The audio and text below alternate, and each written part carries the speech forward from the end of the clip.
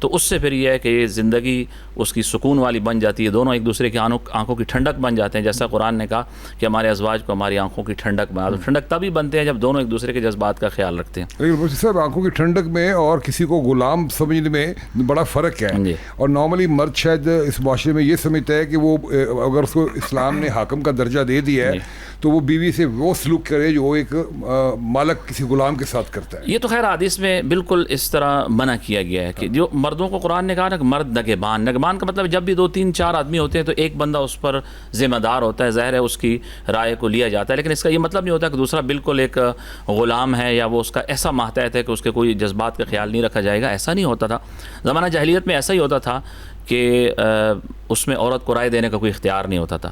تو سیدنا فاروق اعظم رضی اللہ تعالیٰ عنہ کی روایت ہے کہ فرماتے ہیں کہ میں ایک بات کوئی مشورہ کر رہا تھا تو بیوی نے کہا آپ ایسا کر لیں. تو میں نے کہا تمہیں کس نے اختیار دیا بولنے کا؟ تو نے کہا جب اسلام نے دیا ہے. تو میں آقا علیہ السلام کے پاس آیا تو میں نے کہا یا رسول اللہ, میں تو زمانہ جاہلیت میں ایسا نہیں تھا.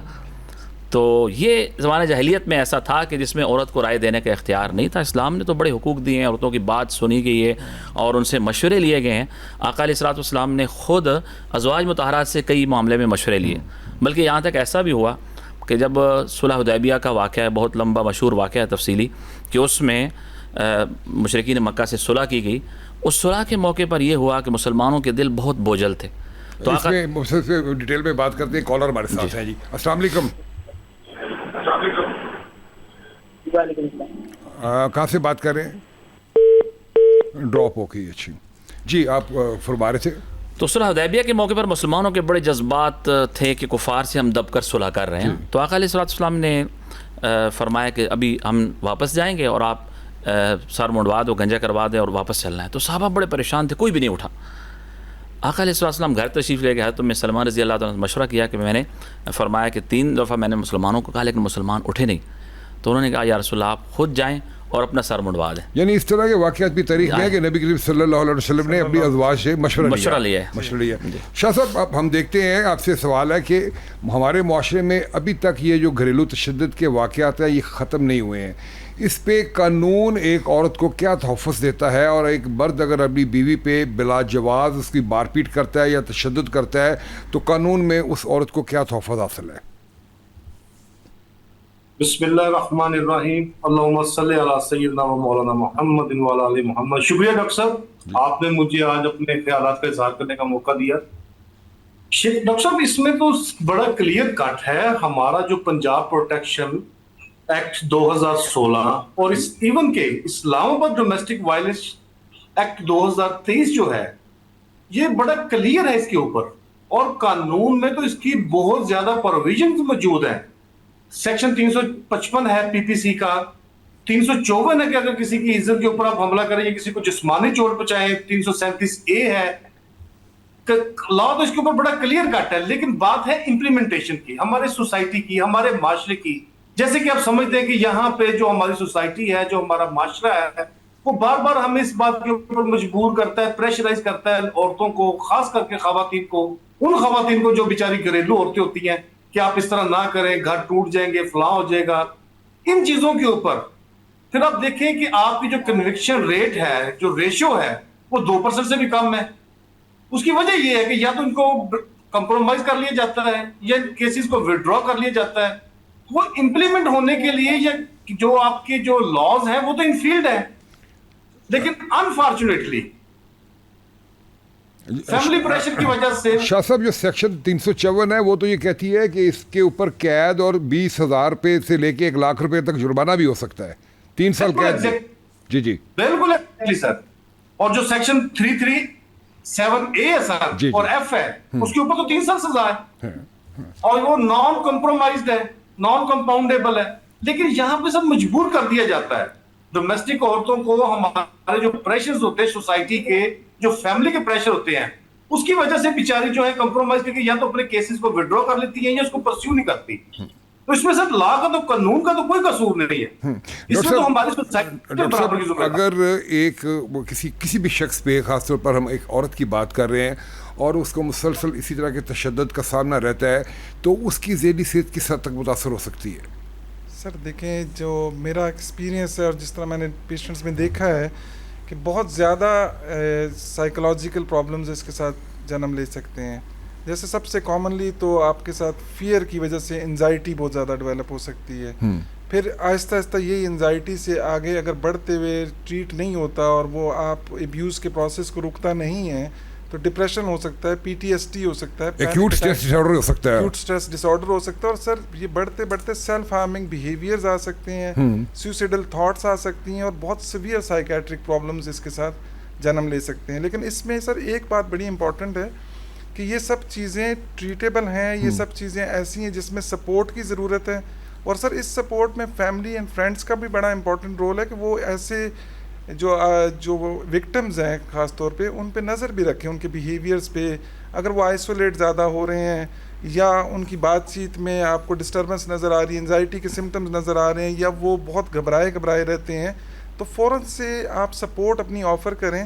اور سپورٹ بھی اس انداز سے آفر کریں کہ سینسٹیوٹی ہو, ججمنٹ نہ ہو, یعنی صرف اپنی اویلیبلٹی دیں, کیونکہ sir safety is very important, because اس کے تھرو رسک بڑھتا ہے, مینٹل ہیلتھ کا رسک بڑھتا ہے, اور آگے اور بیماریاں ڈیولپ ہوتی ہیں. یعنی یہ بھی پاسبلٹی ہے کہ ایک عورت جو بیچاری مسلسل مار کھا رہی ہے وہ ڈپریشن کا شکار ہو جائے اور اس کو سیٹل اٹیمپٹ بھی کر سکتی ہے. بالکل کر سکتی ہے سر, اگر اس میں ہم ہیلپ آفر نہیں کریں گے اور اس پروسیس کو نہیں روکیں گے.